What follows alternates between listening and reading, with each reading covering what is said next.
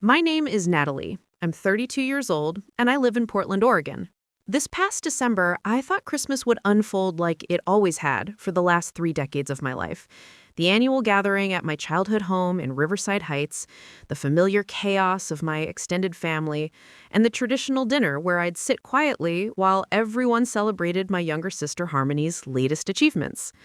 But instead, what I received at 9:47 p.m. on December 18th was a text message that contained just 11 words. This year, we're keeping Christmas intimate, just Harmony's family and us. Let us know in the comments where you're watching. If this resonated, don't miss out on subscribing because tomorrow I'm sharing something that will completely change how you think about this topic.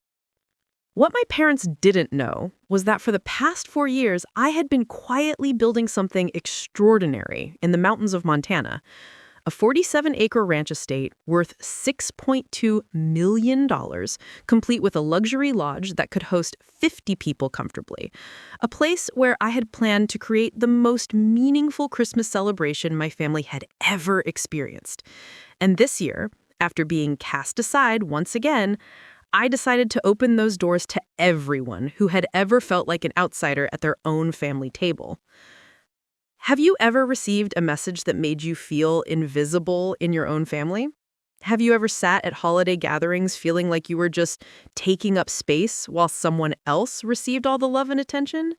If you have, leave a comment and tell me where you're watching from, because what happened next will show you that sometimes being excluded is exactly the push you need to build something better.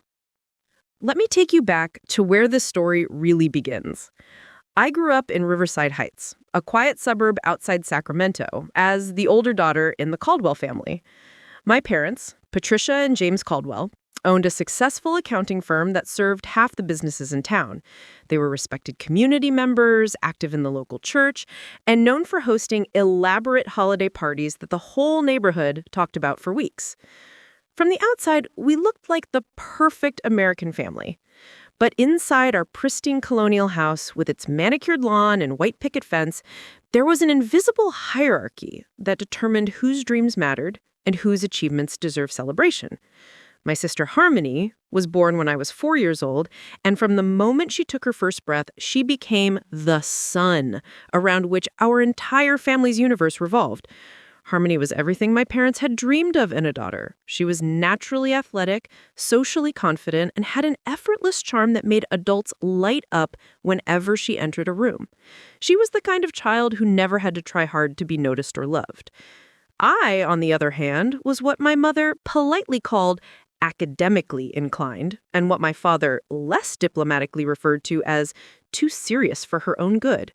While Harmony was winning cheerleading competitions and being elected class president, I spent my time in the garage converting old electronics into new inventions, reading programming manuals, and teaching myself how to build websites from scratch. The difference in how we were treated wasn't subtle. When Harmony scored the winning goal in her high school soccer championship, my parents threw a backyard party for 40 people, complete with a custom cake shaped like a soccer ball and a banner that read, "Harmony's Victory Celebration." When I won the regional science fair with a solar-powered water purification system I'd spent 8 months developing, my mother said, "That's nice, sweetheart," and asked if I could help set up chairs for Harmony's graduation party the following weekend. Christmas mornings were particularly painful.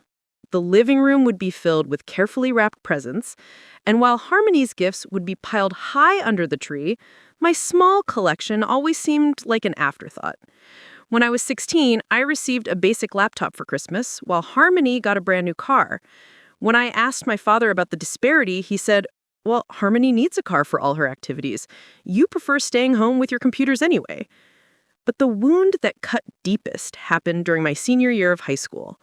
I had been accepted to MIT with a full scholarship, something that should have been a moment of immense family pride. When I burst into the kitchen with my acceptance letter, practically shaking with excitement, my mother glanced at it briefly and said, "Massachusetts is so far away. Harmony will be going to UC Davis, which is much more convenient for family visits." That night at dinner, My acceptance to one of the most prestigious engineering programs in the country was mentioned once, in passing, before the conversation shifted to Harmony's upcoming prom dress shopping. I remember sitting there, pushing mashed potatoes around my plate, wondering if my parents would miss me at all when I left for college. The pattern continued throughout my 20s. When I graduated summa cum laude from MIT, my parents attended the ceremony, but spent most of the weekend talking about Harmony's new job at a local marketing firm. When I landed my first position as a software engineer at a major tech company in Seattle, making more money than both my parents combined, the family dinner conversation focused on Harmony's engagement to her college boyfriend, Trevor. Even my professional achievements seemed to pale in comparison to Harmony's life milestones. When I was promoted to lead engineer and started developing patents for innovative renewable energy systems, my mother would mention it briefly to neighbors before transitioning into stories about Harmony's wedding planning or her pregnancy announcements. The most crushing moment came 3 years ago during Christmas dinner. I had just signed a contract to sell 2 of my patents to a major corporation for $3.4 million, a life-changing sum that would allow me to pursue my dream of sustainable technology development. As I tried to share this incredible news with my family, my father interrupted me mid-sentence to propose a toast to Harmony and Trevor's new house purchase. I sat there, wine glass frozen halfway to my lips, watching my family celebrate a modest suburban home purchase while completely ignoring my multi-million-dollar achievement. In that moment, I realized that no matter what I accomplished, I would always be the supporting character in the story of Harmony's life. But here's what my family never knew about those quiet years when I seemed to fade into the background of their celebrations. While they were focused on Harmony's conventional successes, I was quietly building something extraordinary. Every patent sale, every consulting contract, every wise investment was carefully planned and executed. I wasn't just earning money. I was creating the foundation for complete independence. And most importantly, I was planning to build something that would finally give me the power to create my own kind of family gathering, one where every person who walked through the door would be valued, seen, and celebrated for exactly who they were. The ranch in Montana wasn't just a real estate investment. It was my declaration of independence from a family dynamic that had made me feel invisible for 32 years. And when that text message arrived on December 18th, excluding me from yet another Christmas celebration, I realized it was time to show my family what they had been overlooking all these years. If you're loving what you're hearing, smash that subscribe button. It really keeps us going. All right, let's jump back in. Let me tell you just how deep this pattern of favoritism went, because what I've shared so far was just the surface. The exclusion wasn't occasional or accidental. It was woven into the very fabric of how our family operated, and it had been happening for so long that everyone, including me, had learned to accept it as normal. Every major holiday followed the same script. Thanksgiving dinner was planned around Harmony's schedule, even when she lived 3 hours away. If she couldn't make it until Friday, we'd postpone the entire celebration. But when I was living in Seattle and asked if we could push Christmas dinner back by 2 hours so I could catch a later flight and save $400, my mother said, "Natalie, we can't reorganize everything for your convenience." Family photos were another constant reminder of my place in the hierarchy. For years, my parents displayed a large portrait in their living room featuring just them and Harmony at some formal event I hadn't been invited to. When relatives visited, that photo was what they saw first.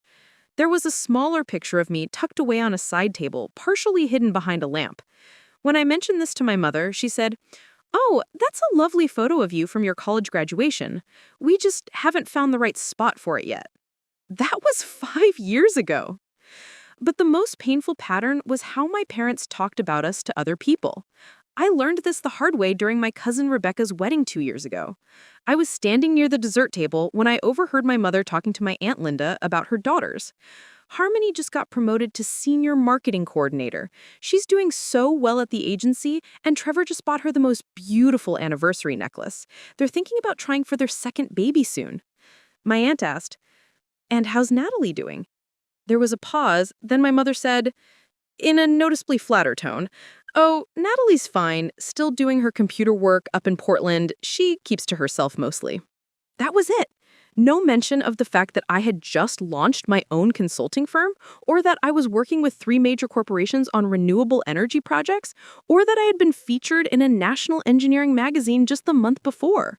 I stood there, holding my plate of wedding cake, feeling invisible despite being in a room full of family members. That's when I realized my mother actually didn't know what I did for work beyond computer stuff. She had never asked about my projects, never inquired about my patents, never shown curiosity about my achievements. In her mind, I was just Natalie who worked with computers and lived alone in Portland. The Christmas gift disparity was another annual humiliation. Last year, Harmony received a $1,500 spa weekend package, a designer handbag, and a professional family photo session. I received a generic gift card to a bookstore and a scented candle. When I thanked my parents, my father said, "We figured you'd prefer something practical since you're always so focused on saving money." The irony was devastating. They thought I was focused on saving money because I lived modestly and drove a practical car, when in reality, I had more money in my investment accounts than they had in their retirement funds. But I had learned early that talking about my financial success only made them uncomfortable, so I had stopped sharing that part of my life entirely. Even my dating life was subject to different standards. When Harmony introduced Trevor at a family barbecue, he was immediately welcomed with enthusiasm. My parents spent the entire evening asking him about his job as an insurance adjuster, his hobbies, his family background. When I brought my boyfriend Daniel to Christmas dinner 2 years ago, a successful architect who had designed several award-winning buildings, my father made polite conversation for exactly 10 minutes before turning his attention back to Trevor's stories about golf. Daniel noticed it too. On the drive home, he said, "Do your parents always treat you like you're still in high school?" I didn't know how to explain that actually they treated me worse now than they had when I was in high school. But here's what my family had no idea about during all those years of making me feel small and overlooked. While they were focused on Harmony's conventional milestones, I was quietly building an empire. It started 4 years ago when I sold my second patent to Green Tech Industries for $2.1 million. Instead of celebrating with a luxury car or an expensive vacation like most people might have done, I made a different choice. I hired a private wealth manager named Catherine Morris, and together we developed a long-term investment strategy that would give me complete financial independence. The first major purchase was land. Not just any land, but 47 acres of pristine wilderness in the Bitterroot Valley of Montana, about an hour outside of Missoula. The property had been on the market for 2 years because it was considered too remote and challenging to develop. Most buyers were intimidated by the steep terrain, the seasonal access road, and the complex permitting process required to build anything substantial. But I saw potential where others saw obstacles. The land was situated on a private ridge with panoramic views of snow-capped mountains, ancient pine forests, and a crystal-clear stream that ran through the lower meadows. It was the kind of place that took your breath away and made you understand why people used to believe mountains were sacred. I spent 6 months working with environmental consultants, architects, and local contractors to design something extraordinary. Not a typical vacation home, but a luxury lodge capable of hosting large gatherings while maintaining complete harmony with the natural landscape. The main building would be constructed from locally sourced timber and stone, with floor-to-ceiling windows that brought the mountain views inside. The planning process was meticulous. I wanted 12 guest rooms, each with its own fireplace and private balcony. The great room would feature a stone fireplace large enough to heat the entire space, with custom furniture arranged to encourage conversation and connection. The kitchen would be designed for serious cooking, with professional-grade appliances and enough counter space to prepare meals for 50 people. But most importantly, I wanted every detail to communicate one clear message. Everyone who entered the space was valued and welcome. I kept the entire project completely secret from my family. When my parents asked about my work during our brief phone calls, I would give vague answers about consulting projects and some property investments. They never pressed for details, which told me everything I needed to know about their level of interest in my life.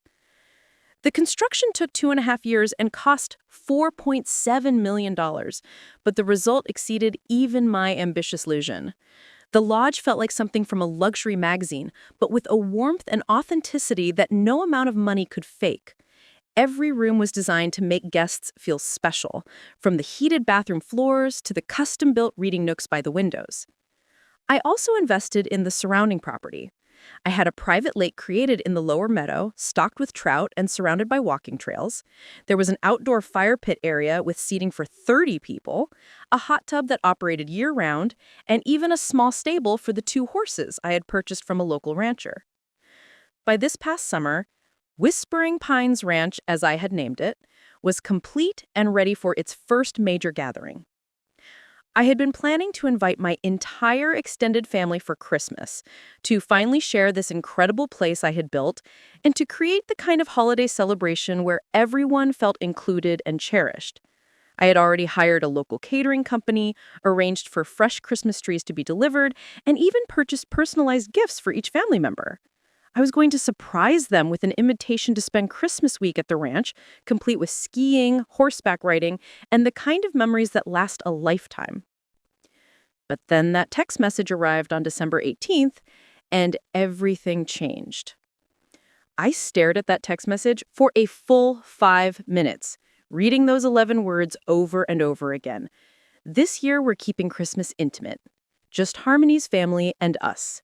No explanation, no apology, no acknowledgement that this was the first time in 32 years that I wouldn't be included in our family Christmas. My first instinct was to call my mother and ask what had changed. Maybe there was a misunderstanding. Maybe Harmony had requested a smaller gathering because the kids were going through a difficult phase.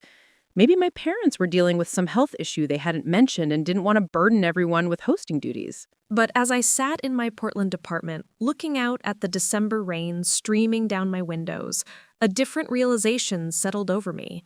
This wasn't a misunderstanding or a one-time decision based on circumstances. This was the logical conclusion of 32 years of being treated as an optional family member. I opened my laptop and scrolled through the photos from last year's Christmas gathering. There I was, in every family picture, standing slightly apart from the main group, wearing the same polite smile I'd perfected over decades of feeling like an outsider in my own family. In one photo, Harmony was seated in the center of the couch with her children on either side, while I stood behind them next to my father, who was looking toward Harmony instead of the camera. The more I studied those photos, the more I realized something that should have been obvious years ago. My presence at these gatherings had become purely ceremonial. I was there because tradition dictated that the whole family should be together, not because anyone particularly wanted me there or would miss me if I didn't show up. That night, I called my cousin Rebecca, who lived in San Francisco and had always been more like a sister to me than Harmony ever was. Rebecca was the one family member who had consistently shown interest in my life and achievements, and I trusted her to give me an honest perspective on what was happening. "Becca," I said when she answered, "did you get invited to Christmas at my parents' house this year?" There was a pause. "Nat, I was wondering when you'd call about this." "No, I didn't get invited. Neither did Uncle Michael's family or Aunt Linda. Mom called me yesterday asking if she knew what was going on." My heart sank. It wasn't just me who had been excluded. My parents had systematically uninvited the entire extended family, leaving only their golden child and her perfect little nuclear family unit. "Did you know about this decision?" I asked. "I heard something from Aunt Linda last week. Apparently, Harmony told your mom that she wanted a more meaningful Christmas this year, focused on immediate family only. She said the big gatherings were becoming too chaotic for the children and too stressful for everyone to coordinate." I felt something cold and sharp settle in my chest. Harmony had engineered this. She had convinced my parents to exclude not just me, but everyone else in our extended family, so she could have their undivided attention for the entire holiday. "The thing is, Nat," Rebecca continued, "I think this might actually be a blessing in disguise. I've watched you try to fit into that family dynamic for years, and it's never been healthy. Maybe it's time to stop waiting for them to see your worth and start creating your own traditions. After we hung up, I walked out onto my apartment balcony despite the cold rain. The city lights blurred through the water on my glasses, and I found myself thinking about the ranch in Montana.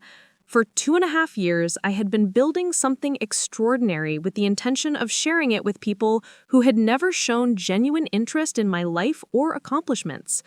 But what if I shared it with people who would actually appreciate it instead? The idea came to me fully formed, as if it had been waiting in the back of my mind for exactly this moment. I wouldn't spend Christmas alone in my apartment, feeling sorry for myself and wondering what my family was doing without me. Instead, I would use Whispering Pines Ranch to create the most meaningful Christmas celebration anyone in our extended family had ever experienced. I pulled out my phone and started making a list of everyone who had been excluded from Harmony's intimate Christmas.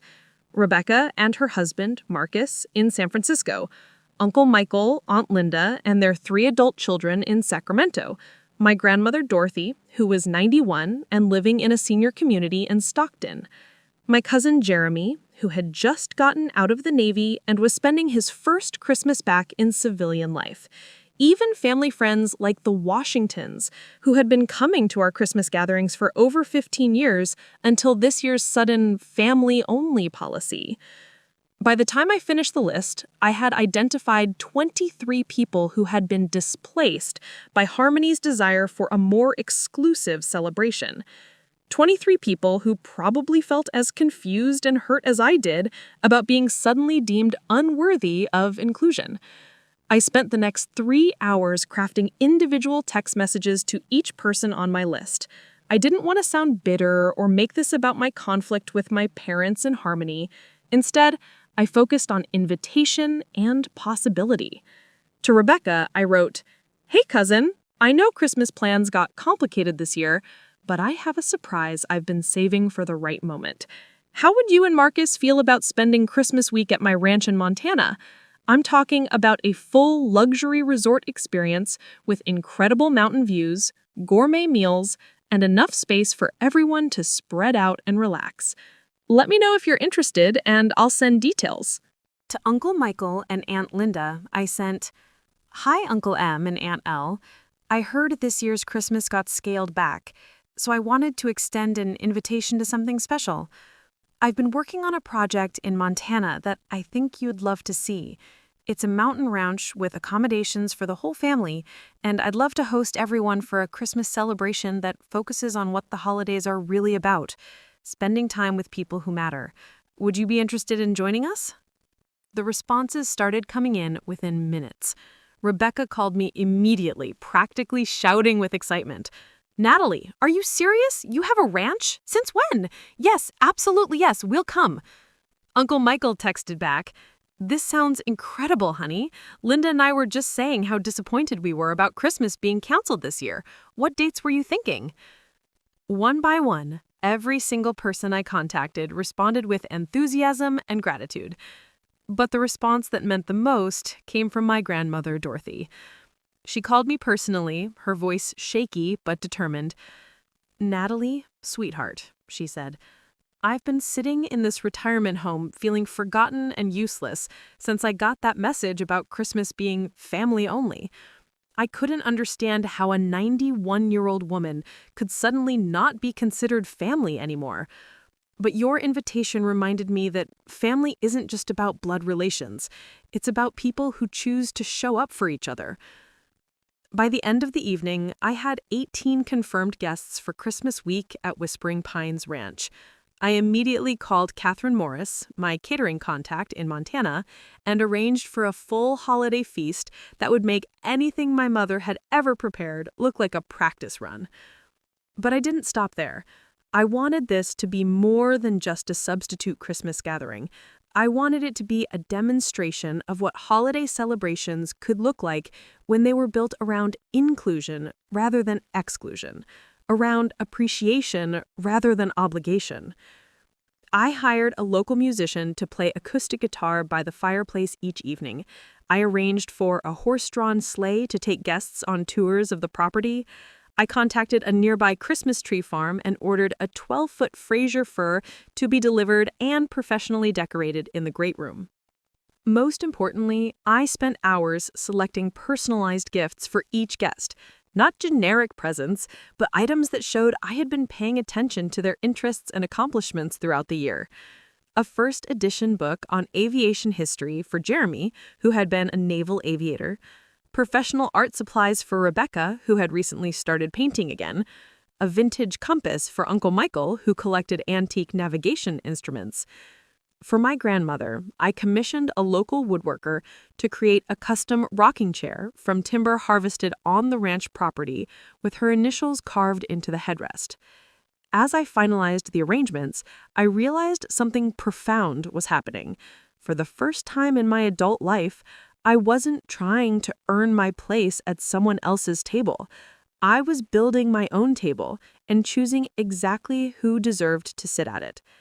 The guest rooms at Whispering Pines Ranch were booked solid from December 23rd through January 2nd. The kitchen would be filled with laughter and the aroma of traditional holiday foods prepared by people who wanted to be there. The great room would echo with genuine conversation and connection, not the performative politeness that had characterized so many of my family's gatherings. And somewhere in Riverside Heights, my parents and Harmony would be having their intimate Christmas dinner for 4, completely unaware that they had inadvertently given me the greatest gift I could have ever asked for, the motivation to finally stop seeking their approval and start creating my own version of family.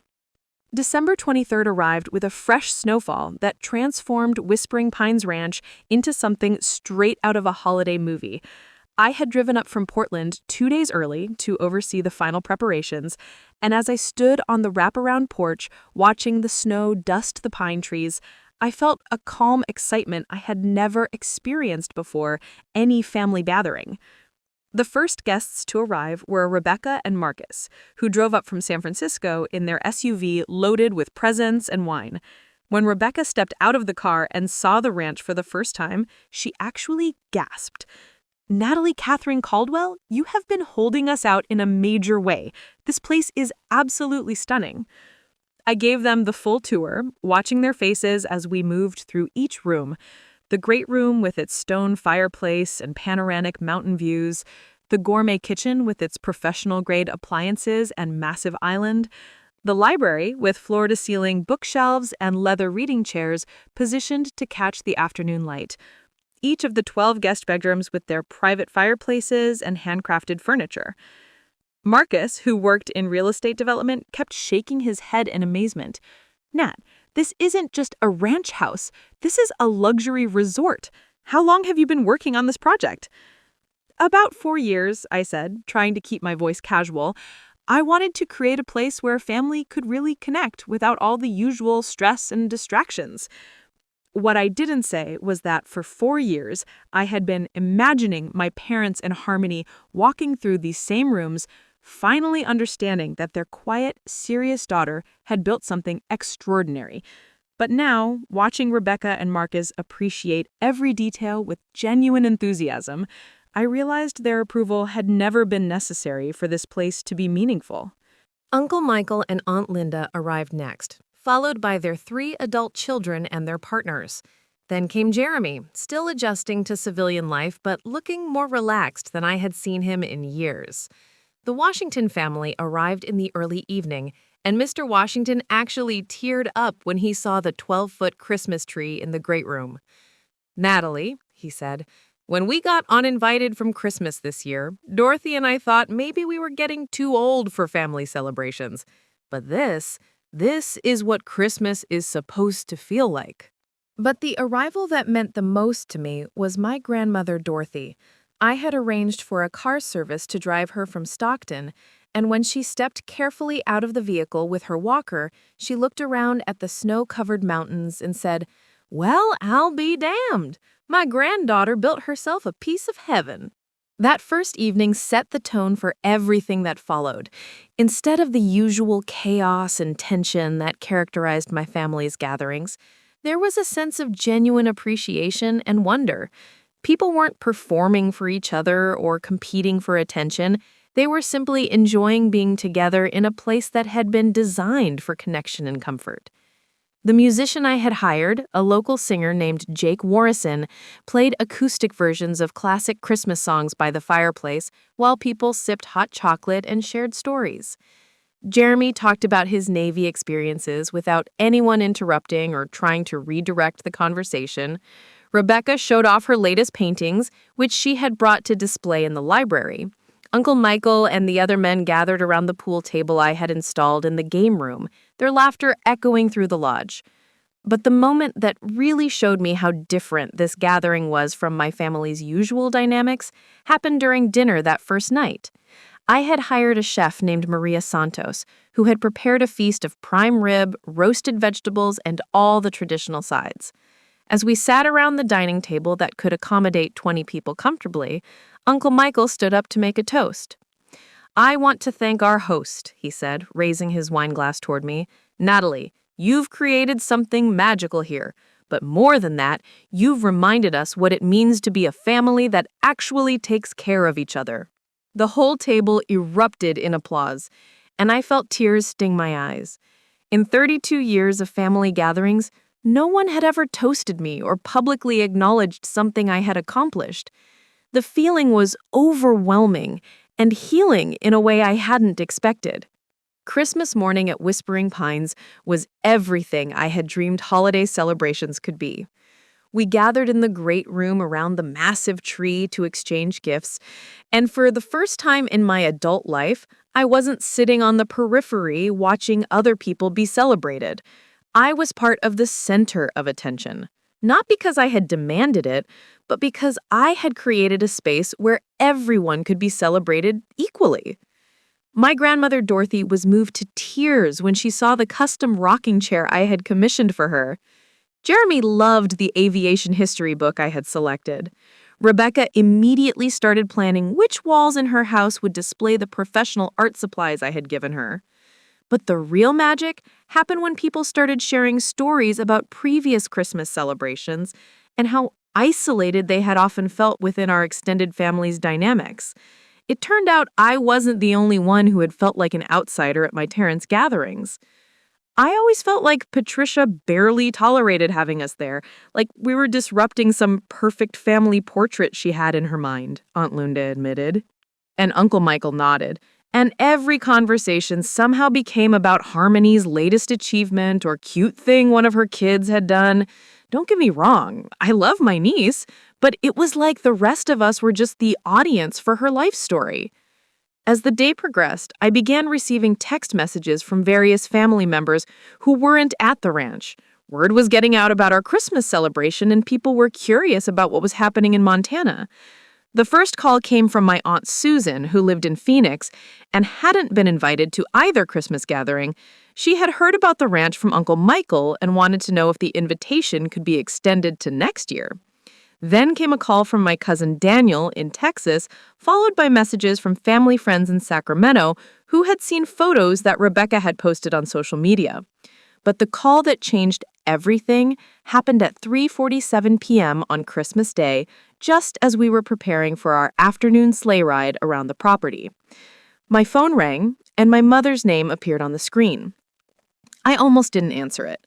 Part of me wanted to let the call go to voicemail and deal with whatever confrontation was coming at a later time when I felt more prepared.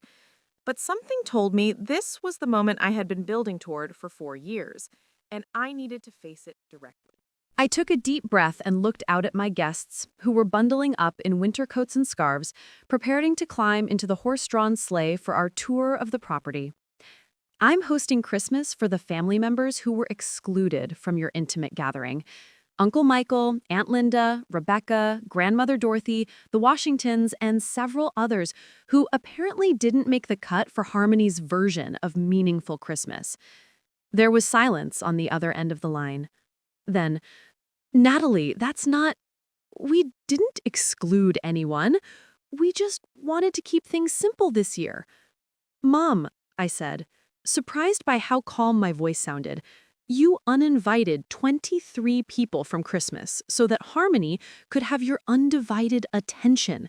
Don't pretend this was about simplicity. Where are you getting the money for this?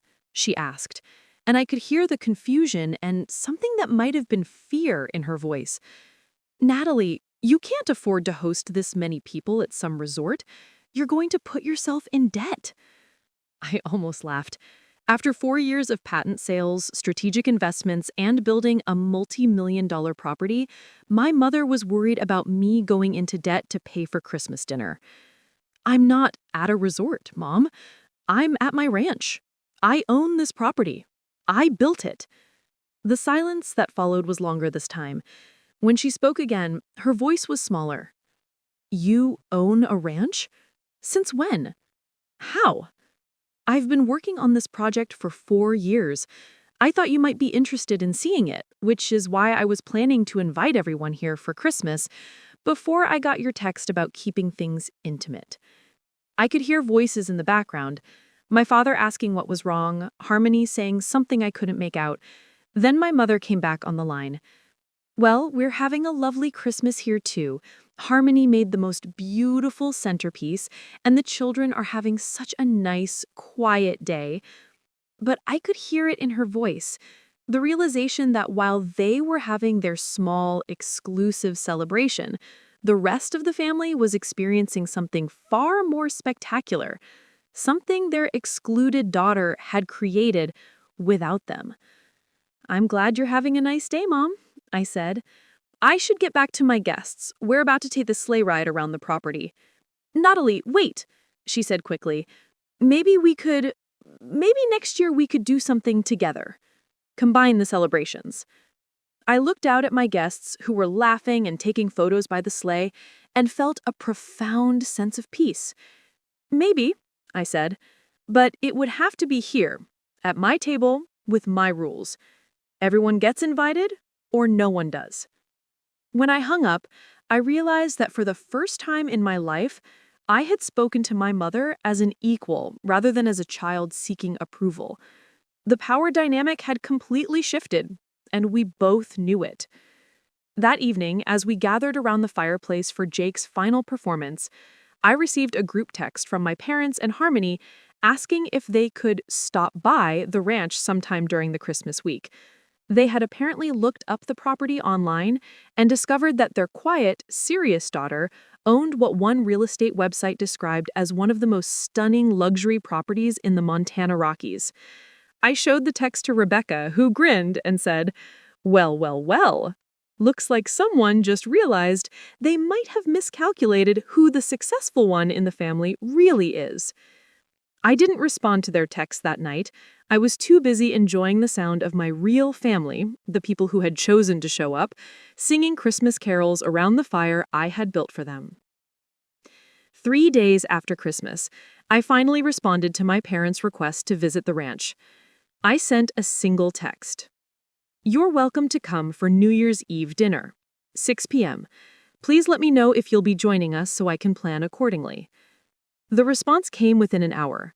They would drive up from Sacramento on December 31st and would like to stay overnight if accommodations were available. For the first time in our relationship, my parents were asking me for something instead of the other way around. When they arrived at Whispering Pines on New Year's Eve afternoon, I watched from the kitchen window as their car slowly made its way up the winding driveway. My father was driving, leaning forward slightly as he took in the scope of the property. My mother sat in the passenger seat, her head turning from side to side as she tried to process what she was seeing. Harmony and Trevor followed in their SUV with the children, and I could see Harmony's face pressed against the window, her expression a mixture of shock and something that looked suspiciously like envy. I met them at the front entrance, dressed casually in jeans and a wool sweater, completely comfortable in my own space for perhaps the first time in their presence. "Welcome to Whispering Pines," I said simply. The tour I gave them was different from the one I had given my other guests. This wasn't about sharing something I was proud of with people who would appreciate it. This was about showing my parents and sister exactly what they had been dismissing for years when they reduced me to computer work and treated my achievements as background noise. We walked through the great room with its vaulted ceilings and custom stonework, past the gourmet kitchen with its professional appliances and hand-selected finishes, through the library where Rebecca's paintings were still displayed from Christmas week, up to the guest rooms with their private fireplaces and mountain views. My father, who had spent his career in accounting, kept asking practical questions about square footage and construction costs. My mother commented repeatedly on the interior design choices, as if she couldn't quite believe I had the taste to select such sophisticated furnishings. Harmony remained mostly quiet, but I caught her taking photos with her phone when she thought I wasn't looking. The moment that defined the entire visit happened during dinner that evening. We were seated around the dining table that had hosted such joyful conversations during Christmas week, but now felt strangely formal with just the 6 adults and 2 children. My mother was making polite conversation about the local area when my father interrupted. "Natalie," he said, setting down his wine glass, "I think we owe you an apology. We had no idea you were doing so well financially. If we had known about this place, about your success, things might have been different." The words hung in the air, and I felt a familiar tightness in my chest. Even now, in this moment that should have been about recognition and reconciliation, my father was suggesting that their treatment of me had been justified by their ignorance of my financial success. "Dad," I said quietly, "the problem was never that you didn't know how much money I had. The problem was that you never showed interest in who I was or what I was accomplishing. You didn't ask about my work, my goals, my life. You assumed I wasn't worth paying attention to." Harmony spoke for the first time since arriving. "That's not fair, Natalie. We always supported you. You were just different, more independent. We thought you preferred doing your own thing." I looked at my sister across the table, this woman who had been the center of our family's universe for 28 years, and realized she genuinely believed what she was saying. In her mind, being ignored and marginalized was the same as being supported because I hadn't complained loudly enough to contradict their narrative. "Harmony," I said, "do you know what I do for work?" She blinked, clearly caught off guard by the question. "You work with computers? Technology stuff?" "I hold 7 patents for renewable energy systems. I've sold 2 of those patents for a combined total of $5.3 million. I consult for Fortune 500 companies on sustainable technology implementation. Last year, one of my designs was featured in a documentary about climate change solutions that won an Emmy."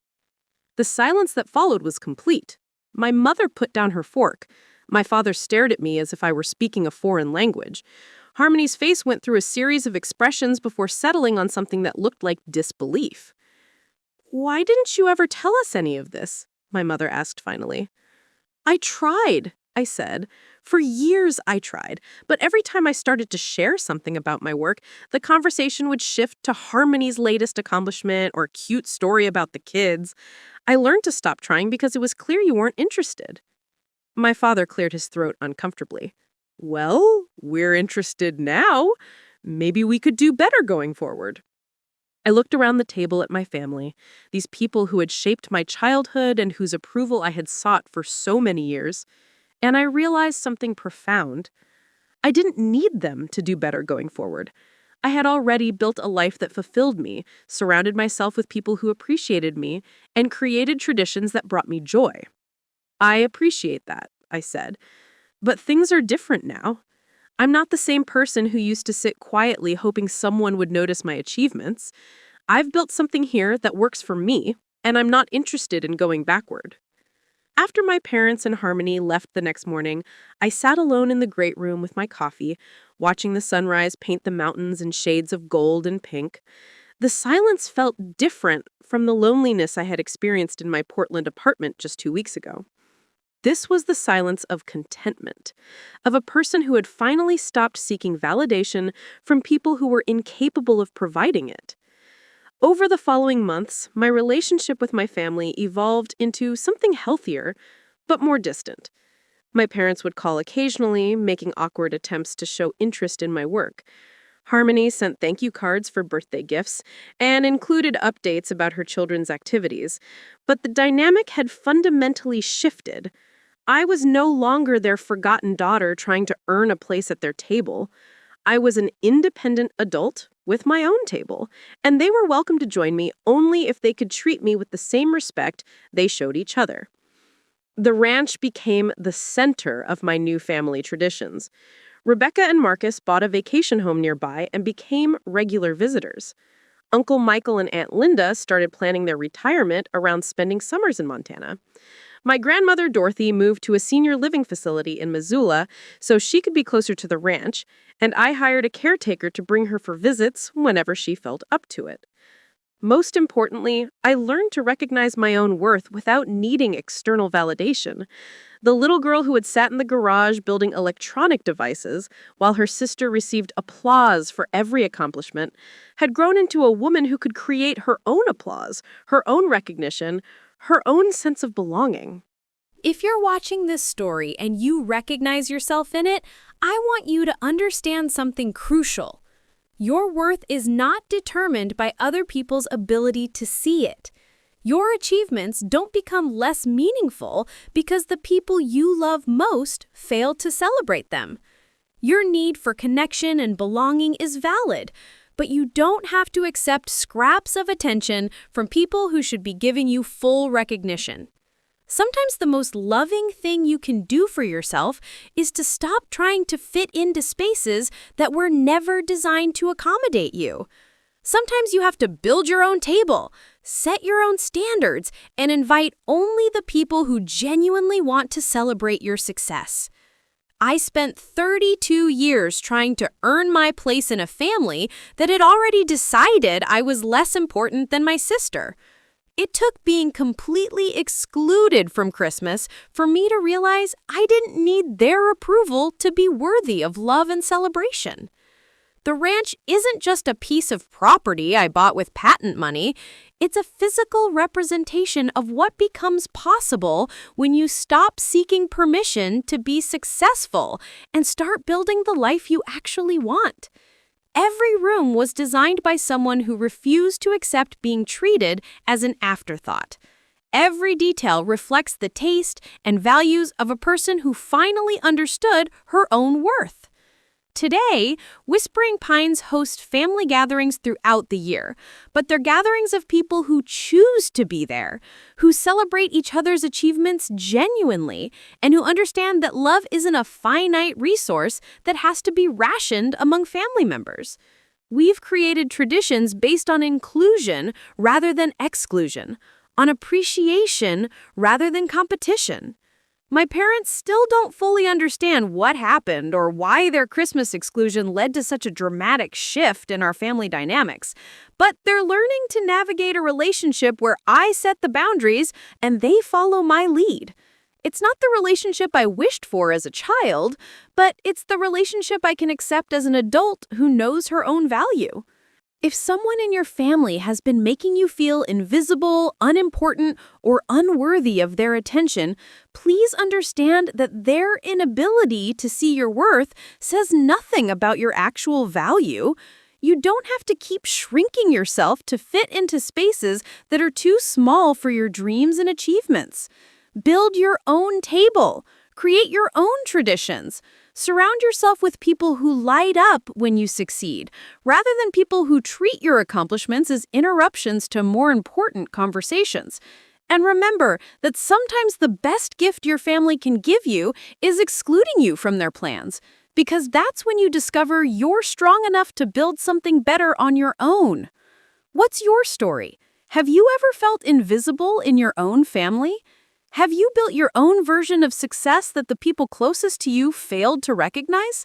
Share your experience in the comments below, and remember to subscribe if this resonated with you. Your story of transformation and self-empowerment might be exactly what someone else needs to hear today. Next up, 2 more stories chosen just for you. If you enjoyed this, you'll want to see what's coming. Tap to keep going.